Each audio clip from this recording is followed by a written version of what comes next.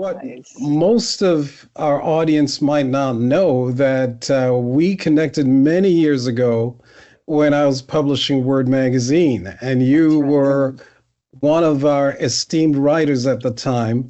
Here we are over 30 years later, and you're working on an archive. You prefer to call it a Black fashion database. We're working on a musical archive, Canada Black Music Archive. And some people may wonder, why are you interviewing Charmaine about um, a Black fashion archive? And we'll get to the reasons in terms of the interconnectedness of both of these things. But I find it inspiring, um, seeing you do this work now, many, many years later. And you've also talked about the work that we're doing. So for people who don't know, who is Charmaine Gooden? Can you tell us a bit about yourself? Well, Phil, you're right. We do go way back in this town. Um, and looking back on it, it was a very fertile, creative time. It was a time when you were trying to do things, and I was part of the industry. Um, Looking back in retrospect, of course, I realized that I had a very unique position within the industry. I had a front row seat to the fashion industry and the emergence of Canadian fashion at the time. Mhm. And you guys were also trying to do the same thing in terms of just publications, the word, and being a voice for the community at the time. And you were the newer voice, because there'd been other voices, but you were the newer voice that came along and added to the whole narrative and discussion of who we were as a community. And Yes. at the time, I'm not sure whether I was at Holt Renfrew or whether I had begun my editorial or media involvement, but I've always seen fashion as more than clothing. Fashion is an art form. It always has been in my imagination, right? Mhm. This is the stuff that I remember that I've always really loved in my heart, and which is, I was lucky enough and persistent enough to follow this drive through my journalism degree, through the jobs that, through the avenues, the pathways that I took were within the fashion industry, within the communication side, the marketing side, the promotion side, until I was able to work my way around to the media side, where I then became a communicator of what I knew and learned more about the industry. And like I tell you, man, especially in the 90s, fashion in this town, it was a golden age. It really Mhm. was. That was the time when we had government involvement, and our neighbors to the south were doing a lot of fresh, innovative things within the fashion industry. But also here in Toronto was the birth of fashion television and Fashion File. Only one other broadcast, which was Elsa Clinch, rivaled their influence. And that happened right here in Toronto. So I was part of that. And as I said, they were major communication vehicles, and they happened right here. And so I felt that that was really special. And you wouldn't really, the business has changed so much. The interconnection of fashion and music has gone so many different ways, but I had a ringside seat to it, and I wanted to tell those stories. Well, I would say this, Charmaine. I think it was not just a ringside seat. I would challenge you and say that you were a trendsetter in many ways. You wrote for print. You also worked on television. You had your I own did. show on I did. television. So please be kind to yourself. Thank you, Phil. Yes.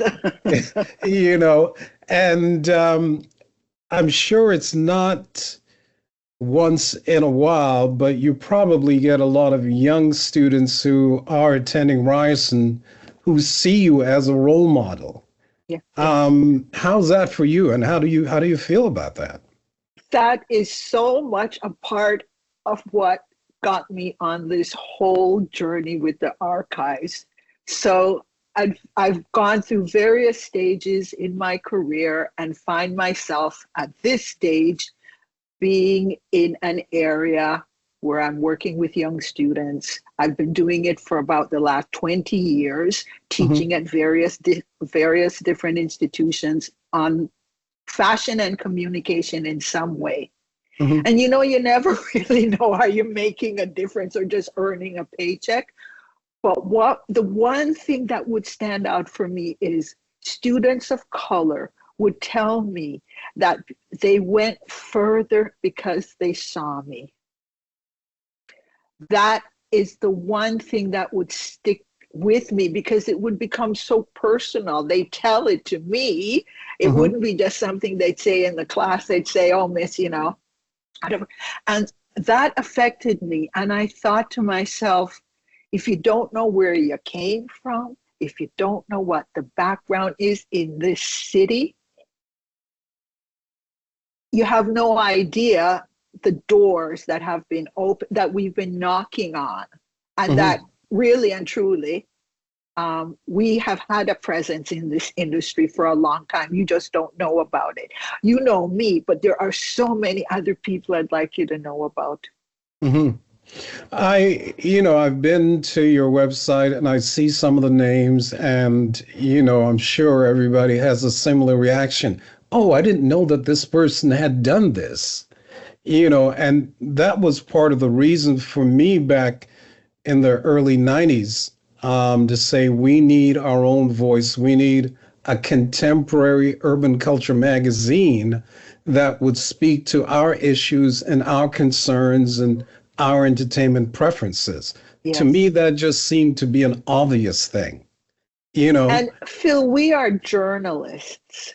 That means that we have a particular raison d'etre for what we want to do. Mhm. I want to be for the record.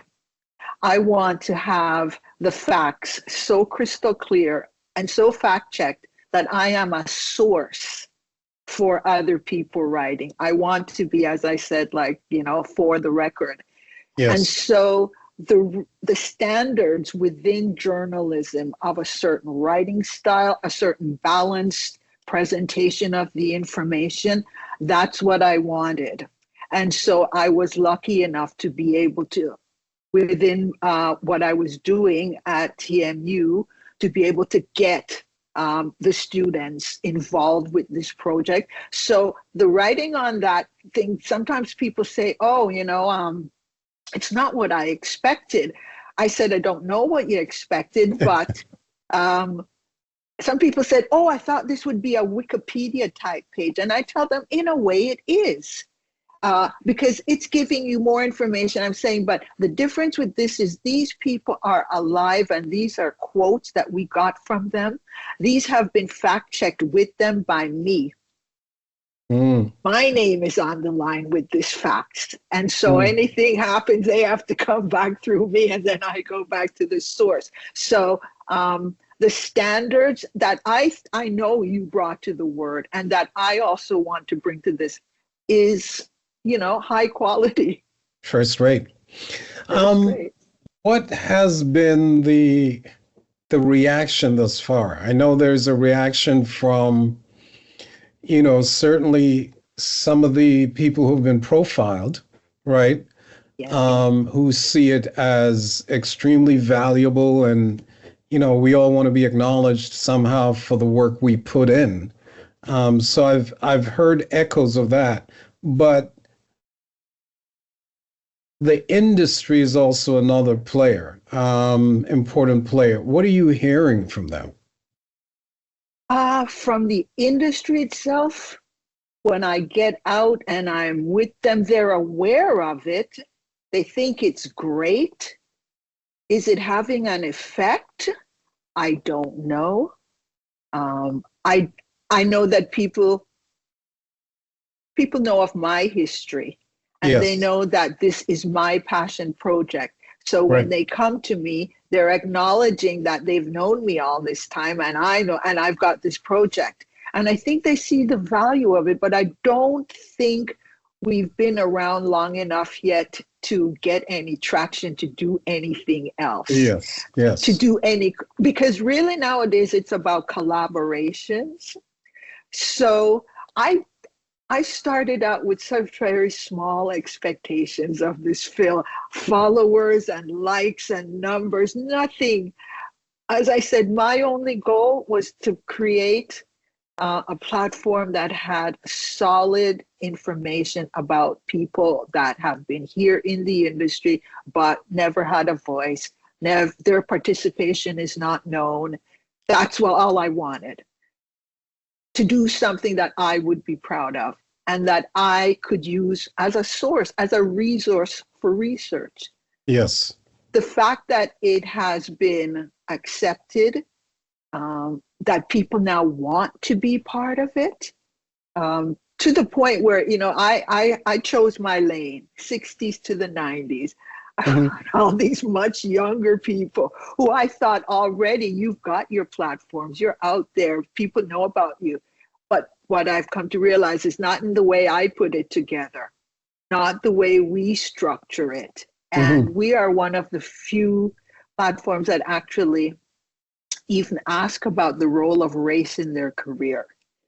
So I'm finding that a lot of younger people would also like to be part of the database. So I'm going to have to start another section, like from the 2000s up to like the 2020s, just to cover that off as well.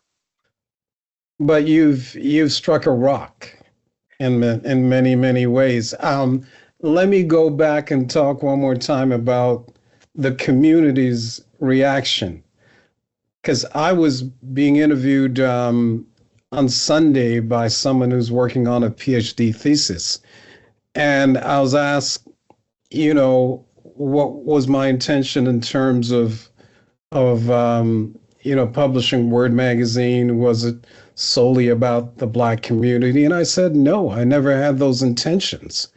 I live in Toronto, therefore, you want people to make note of the work that you're doing, period, full stop. So, but it's important also to acknowledge that you're filling a gap for a community that doesn't have that voice that you have prior to you starting this, and even now that you've started this. So what are you hearing from them? Well, the ones that actually read it, see, here's the thing too, right? How many people, and you can speak to this too, how many people are going to read the snippets on social media versus going to your actual website and reading the entire profile or reading the entire document?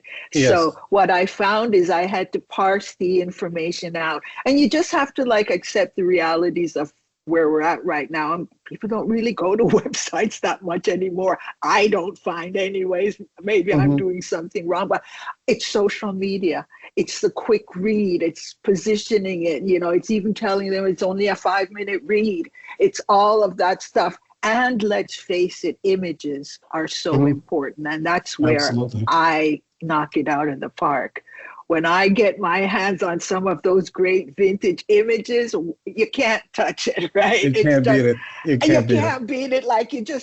I've picked up viewers from all over the world, actually. I have a US, Asia, and it's the images they're responding to. That's the first hit. That's the first dopamine. And then if I can keep them long enough, and then the local people, of course, will recognize the images and they will read and know of. So the ones that read, great. Otherwise, I think they are just seeing more of the images. They're all saying, this is so important, we needed it. A number of people have said, young people think that legacies only began in the 2000s and beyond. And it's good that you're saying we were here before. Yes. And for me, it's also a great discovery. I just got in touch Well, actually, she reached out to me, a director, Nadine. Oh, her name escapes me for 1 second. She did this documentary on the first Black model from Montreal in the 50s, Johanne. Now, it's not something I worked on, but when she told me about it, I was happy to include it on the database because it's, of course. And so I almost feel like this is a golden age of archiving for the Black communities. Well, I would say 100%. I've been informed that a lot of people don't just talk about it in terms of an archive, they talk about it as memory work. And a lot of us are engaged in memory work. There's a place for this history. It's not for everybody, but those people who engage in that kind of work understand implicitly the importance of it. Your past is always going to inform your future. And how can you go forward without knowing who you are, the people that came before you? So to me, that's fundamental. And I see a lot of organizations now like yours, like mine, that have sprung up. Some people say it's post George Floyd's murder and the whole, Black Lives Movement. Well, the Black Lives Movement was said to have attracted more people, 25 million, according to the New York Times, which would make it the largest civil rights movement, if you want to call it that. So I think what it succeeded in doing, if nothing else, was raising awareness about a lot of issues. Yes. And so now we have more space and more room to talk about those things. And it's uplifting, it's empowering. Thank you. I have to say that my nature and my training is to be the journalist that walks down that middle road. And for me, it is the feedback that I'm getting now that tells me the value of it. There's what I think and what I hope. Yeah. And then there's what the reality of it out there. Right. And I only get that when I get that, right? And from the archivists, they have been very encouraging. Kimberly Jenkins, she does the fashion and race database in the US. Melissa Nelson, the Memory Collective. Dr. Cheryl Thompson. Yes. And what she's doing with MOBA. They have all been really encouraging and supportive of me. The archivists are the ones that say, Charmaine, you have no idea how important the stories are. Keep going. And that's been a really big part of it.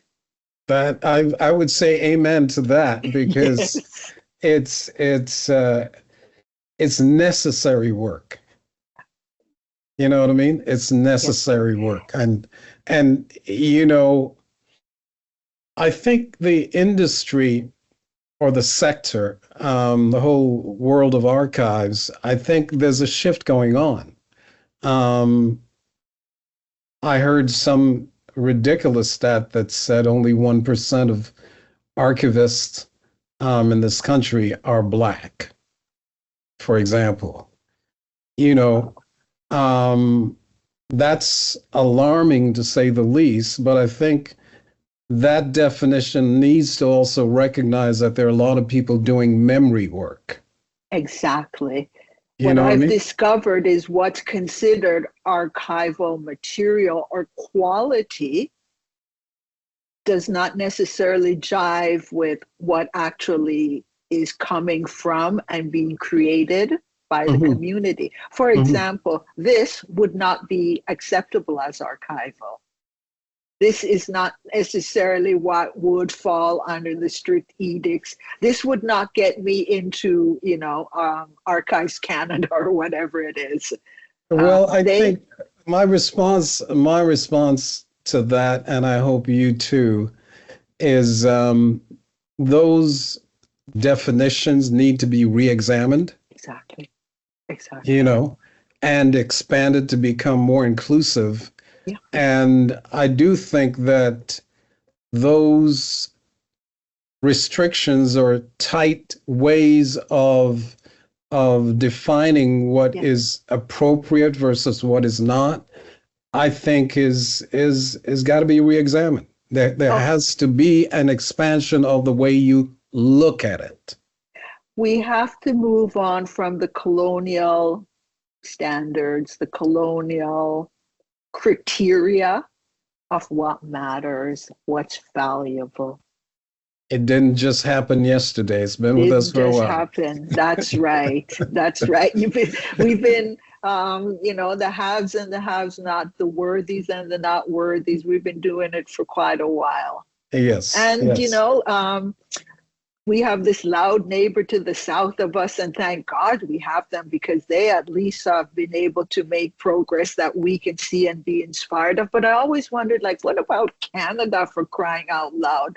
Why? I'm always teaching about American and European, and yes, but what about here? What about if we start to value the efforts of what we did here? And some people say, Charmaine, Canada is not a big fashion country. Well, we had our shining moments, and who's to say that another generation coming around is not going to then, sort of pick up the reins and keep going. Absolutely. And I think your friends need to be able to spend time reading your information on the website to understand why it's important.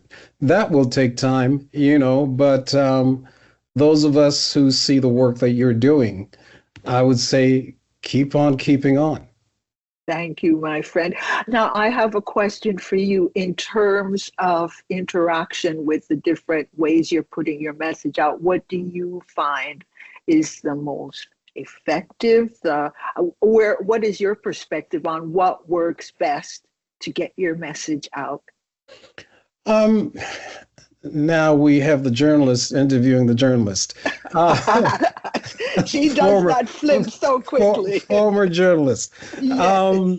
I would say, for us, it's very important to understand that, a small, organization such as ours, it's a nonprofit, need to use the web, need to use social media to get the word out. And it's the ultimate amplifier, if you can put it that way. People aren't reading newspapers anymore. At least a lot of the people I know haven't picked up a newspaper in a while. What I do understand is that it has the power to get the word out, and so we take that into consideration and we prioritize getting the information out. The days of spending thousands and thousands of dollars on an ad, I think a lot of people challenge whether or not that's a wise way to spend your money. So we understand that. We also understand content creation and the importance of creating content that's going to appeal to not just one group of people, but because we're covering multiple genres of Black music, there's something there for everyone. So some things are not going to resonate with you, depending on your musical taste, but we know there's a market for it. And so maybe you pass on that one and wait for the next time we come back and give you something you like. It's a resource. Yeah. It's a reference. So that is what we are, steadfastly focused on. Yeah. To say, we ain't in Kansas anymore with the old ways of doing things. And we have to embrace the whole concept of a digital archive, which now, you see a number of organizations, even the institutions, they're now realizing that you're going to get left behind if you're not embracing the technology and embracing new ways of doing things. Nobody wants to feel that way. No. So it's it will happen. It is happening. Yeah. And we have access to the information where people reach out to us from the States, from other parts of the world. We also had a walking tour. Yes, I missed that this summer.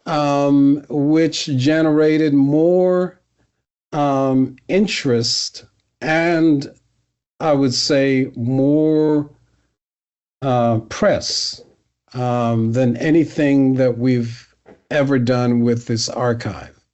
We wanted to animate that community and the role that music played in that community. And the best way to do that was a walking tour. So for 3 months, we did that. And even after we stopped, there were people that were coming back and saying, I want to go on this tour. Are you bringing it back? So we say, yes, you can sign up now for next year. Next year. Because we're going to bring it back. And I heard, was it CBC Radio or somebody did a thing, and I heard it, and it sounded so great. Well, thanks. CBC was very good to us. Both CBC Radio and CBC Television had their own separate stories. Yeah. And we had a number of other television stations, Global, City TV, and the Toronto Star. We were able to get a front page story in the Toronto Star. Awesome. So I kept asking myself, what is it? Is it about the music itself? Is it about the culture? I was trying to deconstruct all of that because it was called the Little Jamaica Music History Walking Tour. Isn't it always interesting too, as I say, you've got your own idea, but then when the feedback comes from the people where they take it and they reinterpret it to the way it's meaningful to them. Yes. That's always for me, when the light bulb goes on. No, but on. that's the moment we all hope for, because it says it's. But let me pivot a little bit now and ask you to help us understand, given your background in fashion for over 40 years now, what would you say about the intersection of fashion and music? Can you talk about that intersection and how one influences the other? Because I tried to articulate that, but I'm not Charmaine Gooden. So, oh well, let me tell you, this is part of where I got my love for fashion. It's always been there. Music and fashion and anything really, fashion and sports, fashion and music and film and theater. Fashion, period, is a thread through almost anything in life. You can, find fashion is saying something about it. It's always been that way. Why? Because musicians feel the need to express their music and themselves in how they dress. And how they wear what they dress, their hair, their makeup, their everything. And we, the viewers, we relate to music in a very emotional way. We're not just hearing it, we're living it. And what our idols wear, what the musicians wear. Some of it is just for the stage, but oftentimes they are signaling about their brand, their message, and we, their fans, want to participate and dress like them. So the influence of music and the musicians has always been there, and it's only gotten bigger and bigger. We can look at every decade and see whether it was the 20s, the music that way, and you look at Thelonious Monk and Miles Davis and the way they dressed, right? They reflected fashion and they influenced coolness. Okay. Mm-hmm. You look at the 50s and Elvis, rock and roll, that influences there from I'm not sure who were the icons of that rock and roll. And I'm sure that there were Black people involved with that era as well, whether it was the Chuck Berrys, et cetera, et cetera. Yes. The James Browns. I mean, talk about fashion, talk about style. And you got to understand, fashion is not just clothing, you know, it's hair, it's the whole darn presentation, it's the big thing. No big star. Let me get my English correct. There isn't a big star that doesn't have a fashion persona connected to their connected to them, right? A look that says what they are, and their fans recognize it and they emulate it, whether it's the running shoes or the Timberlands or whatever. These people in the music industry are, first of all, just, you know, advertising gold. You've got so many eyes and followers and people that want to know about their life. Always has been. Social media amplifies it, but think back to they're trendsetters in a way. Always have been. And then you come up through, you know, and then you hit music videos in the 80s. Yes. And all of a sudden, that's one level. 1981, is that when MTV launched? Or was that when Michael Jackson launched MTV, which really happened with Thriller? It may have been around before, but it was birthed that night, I think in 81. The clothes and the translation to retail, understand me, is so important. And aside, I had to go see what all the Swifties were wearing, just to get a sense of the fashion retail power that she has, you know, across the board, male and female, the fashion and the music industry are like this. And then we keep going. And then, so there's Michael, and then we got hip hop coming up in the 80s and 90s. And all of a sudden the interest there in the street fashion and the growth of that, the explosive growth by that. And that's where actually we come into the picture. That's where Toronto intersects, right? That's when we had our two lightning strikes. We had Adrian Aitcheson with two Black guys. Yeah. And Gary Miles Adamson. Yeah. Rob Osborne as well. And Rob, you got it. Yeah. Now, have you had a chance to speak to those individuals? Yes, I have. And what are they telling you about the period that made them believe they could succeed?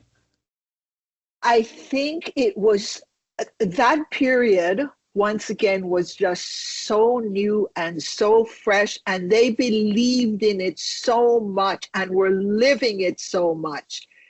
And the luck of it, the luck of Adrian's stuff being available in a store in New York and it being pulled by a stylist and put on Mary J. Blige.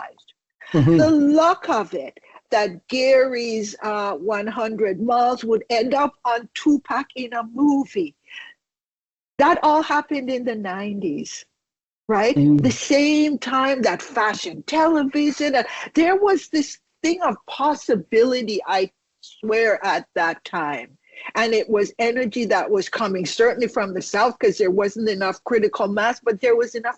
Spike Lee, I think there was the birth of this movement and there was enough energy from around us to lift us. And I think that's what, I don't think there was anything particular here that said, okay, we're behind you. They had to do it. They had to feel it. They had to create it in the basement with their friends, with their bros, and like however they had to do it. They literally started from the bottom.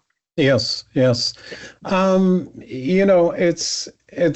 remember two Black guys and 100 Miles advertising in Word magazine back in the day, in the 90s. Really? And, it's pretty incredible watching the growth and the rise of those two individuals. There were others, but these guys were the standouts, You They know, were the standouts, and once again, it just proves something that does reoccur through many careers, which is that you got to leave Toronto, or you need, when you make it big somewhere else, we're real happy to have you. I've heard other people say Toronto, great place to live, but not That's right. necessarily to practice your craft. That's right. And That's right. some people have believe that from the jump, you know? I think that there's always levels of things, right? And so I think with the experience and hindsight with us, I think younger people entering the business have just entered it at such a wiser level and are doing it in such a very different, more independent way. I don't know how successful they are, but I feel like they're more in control and have more possibilities of getting the Mhm. message out. And then, of course, we can still be proud of ourselves, because then we've got the biggest fashion person, in him, Drake. Yes. And then we produce Drake, and then he does OVO, and then he's working with Adrien. And, now let's also understand that Canada took a minute to appreciate Drake, right? So Yes, he wasn't signed by a Canadian label. We not know at that. all. Not at all. Nor was The Weeknd. So some Nor was The people Weeknd. some people have slept on those two, global artists.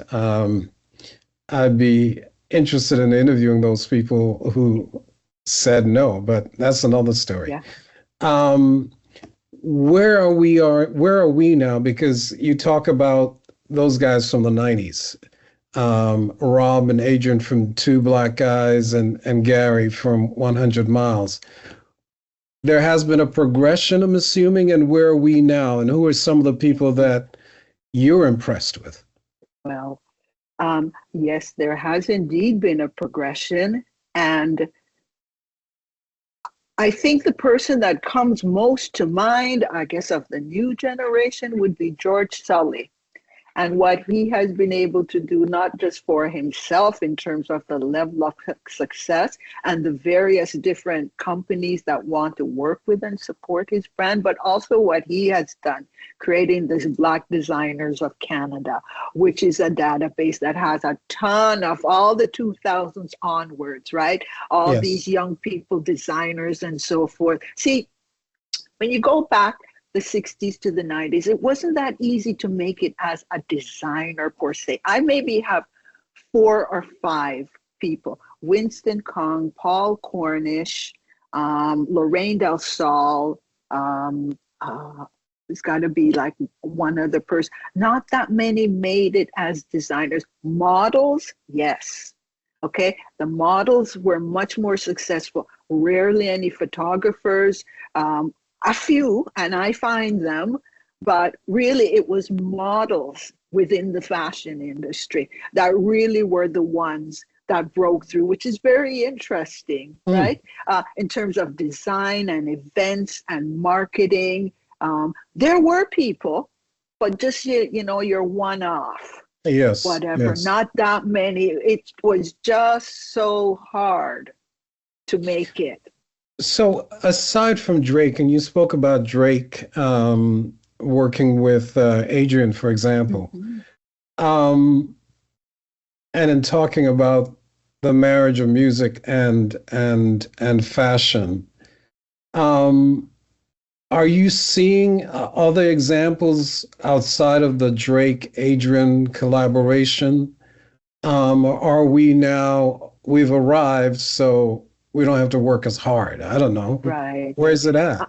I'm not seeing that much collaboration right now, to tell you the truth. I don't Hmm. know whether it's either all or nothing. You're really big and you work with the big names, or maybe it's we need a fresh take on a new message of what is happening for a new generation. Hmm. It would then make you wonder, why aren't you though doing Yes. things and putting things out there? the world has changed, production has changed in the fashion industry. Immigration has changed things, so it's a different way of doing business. Okay. And I think that for new designers, because I see them, I run into some of them at TMU. I think developing enough sort of yourself to be able to come up with a style, that's going to take some time. I think we have to sort of nurture the development. But I would say right now, music collab, I can't think of any, to tell you the truth. Well, it may take us inspiring those people with a collaboration of our own. I think so. I think we have to just remind, you know what it is? We are just showing that nearest is dearest. We're local and we can do stuff. This is all so now accepted. Everybody knows Rihanna has a fashion and music. Everybody knows, Kanye West is fashion and music. Everybody knows, they all know it elsewhere. Yes. It's for us to do it here. Well, right? And show them that we've got the talent and everything to do it as well. And who else is going to talk about it but us? Well, I see a pattern there because, now that you are speaking about all these people who have made a difference and had an impact in the fashion industry, I use this analogy when I'm talking about why we're researching Black music and Black musicians. I said it's similar to Hidden Figures, that movie. These people exist, but a lot of times, a lot of us can only see things in the rear view mirror. We can't see what is happening now, or, dig a little harder and find those gems that are worth, celebrating and uplifting. Yeah. You know what I mean? We got to figure out, how do you change behavior? My daughter tells me this all the time. It's about changing behavior. So how do we change the behavior and the way we see each other locally? Because I think there might be something there that hurts us. The talent's there, right? The media attention, is that happening? I can't say. I'm not as involved in the journalism side and the media side. I have to be cognizant of it, but it's not the same. Yeah, no, I wouldn't say that the media, fashion journalists particularly focus. You know where fashion journalism is right now, which is interesting. It's very much about revealing or supporting the other voices, right? I find that BIPOC as well, but the LGBTQ community. Okay. Very important in terms of the different identities and get indigenous community. Major. And discussing cultural appropriation for the indigenous community. They don't talk about cultural appropriation from us. One could argue hip hop was cultural appropriation big time.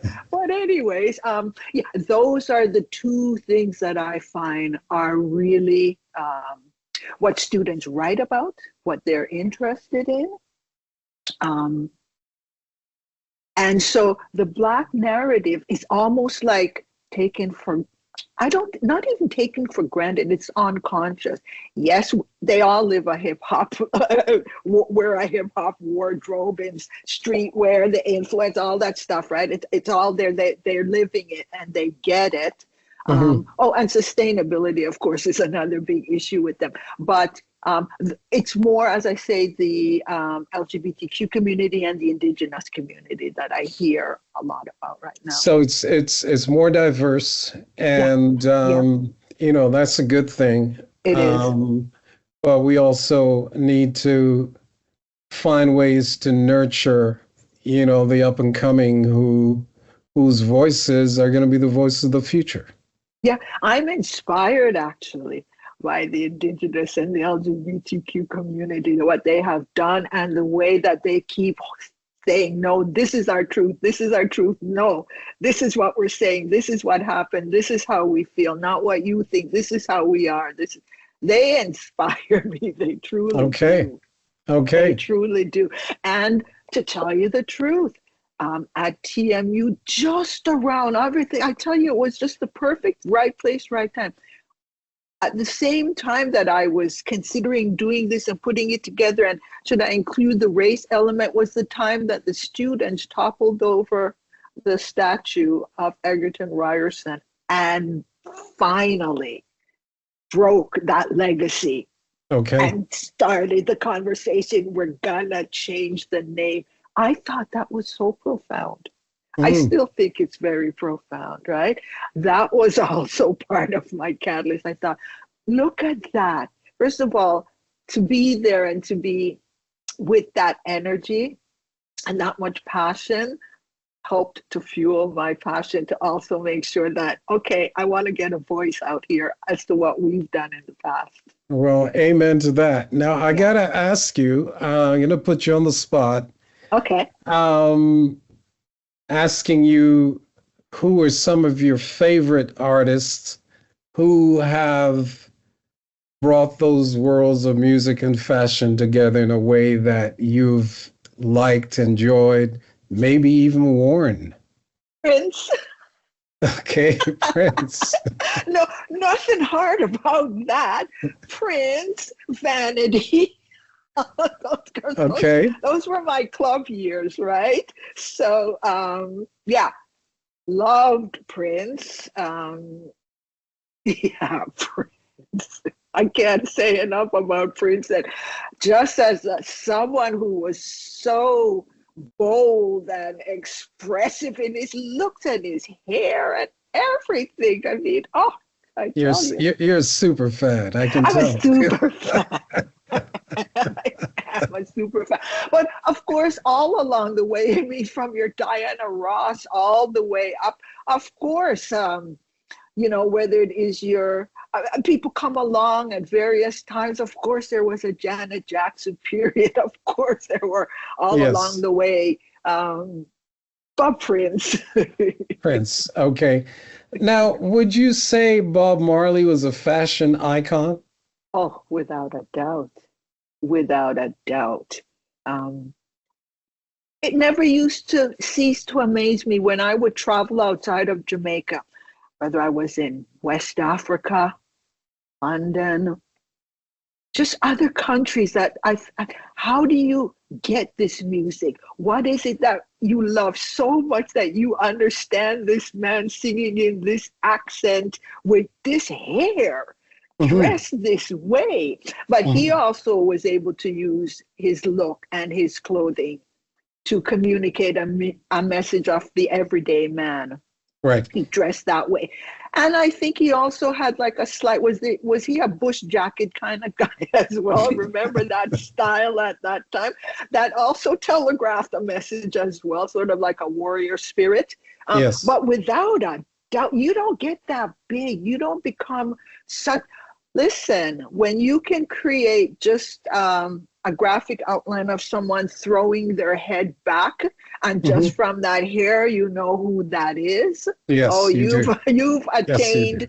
Yes, and remember, fashion is not just clothing; it's the whole, right? Oh yes, big time. And today, I see.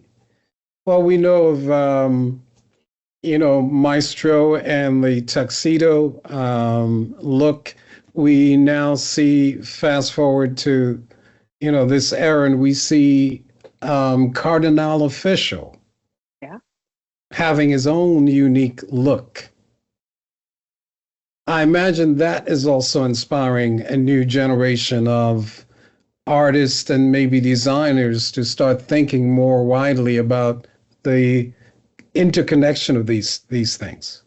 I mean, it is just such a natural, but you're right. just because it's obvious to us doesn't mean it's obvious to the industry. So that's what we're doing in a way too, is we are holding them up and saying, hey, look at these people have something to give. They are part of our creative fashion community. You may not think of them, but they have a fashion, they have a message too. They have something to contribute to the whole. So absolutely him. Oh my gosh, his look, his hair. I mean, I love his voice, but you know, even Drake, right? His look and his street look, and as you said, The Weeknd, he's got his particular look.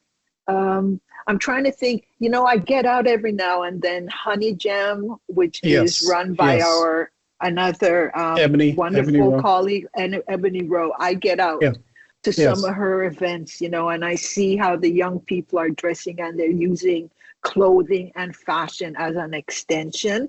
And, you know, they are, of course, trying to bring their own individual style. And it's great to see some is inspired by, whether it is, you know, reggae or dance hall. It goes back to the music. Dance hall was so big. Reggae, hip hop, still part of what inspires the fashion looks for music entertainment. Yes. Really? Well, I'm going to wrap up the formal part of this now and say thank you very much for doing this. You've added to my knowledge, and hopefully our listeners, our audience. I love what you're doing with the fashion database, even though you didn't call it an archive, but I'm not holding it against you. Can I tell you something? That's what I wanted to call it, an archive. And can I tell you that I was discouraged by a few people who I have profiled. They didn't want to be in an archive. They weren't out of the industry yet. They didn't want to be put on a shelf. Okay. Isn't that interesting? Okay. And I don't know if that says something about the fashion industry and how disposable people can feel, but they literally said, oh, archive. Now, you know, you wait a minute and all of a sudden everybody thinks, oh, that's not so bad. But when I said, I want to call this the Black Fashion Canada Archive, archive, we're not on the shelf yet, you know? That's interesting. Yes. This is how I think about it. I mean, we talk about, you know, the Canada Black Music Archive, and we talk about going back 100 years and bringing it forward to the current times. So we're not just concerned with what's happening 30, 50, you know, years ago. Someone like The Weeknd, someone like Drake obviously belongs in a Black music archive. But I guess there are differences. There are differences in people's perceptions and, you know, the implication. At the end of the day, you know, we say tomato or tomato. The bottom line is still you are providing an extremely valuable service. And I just want to say congratulations. Keep up the great work. And to our audience who are catching this for the first time, if you haven't checked it out, can you give us the website address, Charmaine? It is blackfashioncanadadatabase.ca. Okay, there you have it. And Phil, it falls to us to put this out there. And so I look forward to further collaborations. We are stronger together. I know that, and it is such a natural fit for us. Absolutely. I really and truly hope that with my great visuals and your great music, we can't lose. We're unstoppable. We're unstoppable. Okay. Look, I'm holding you publicly to this because I do believe that there's strength in unity, and it's such a natural fit. So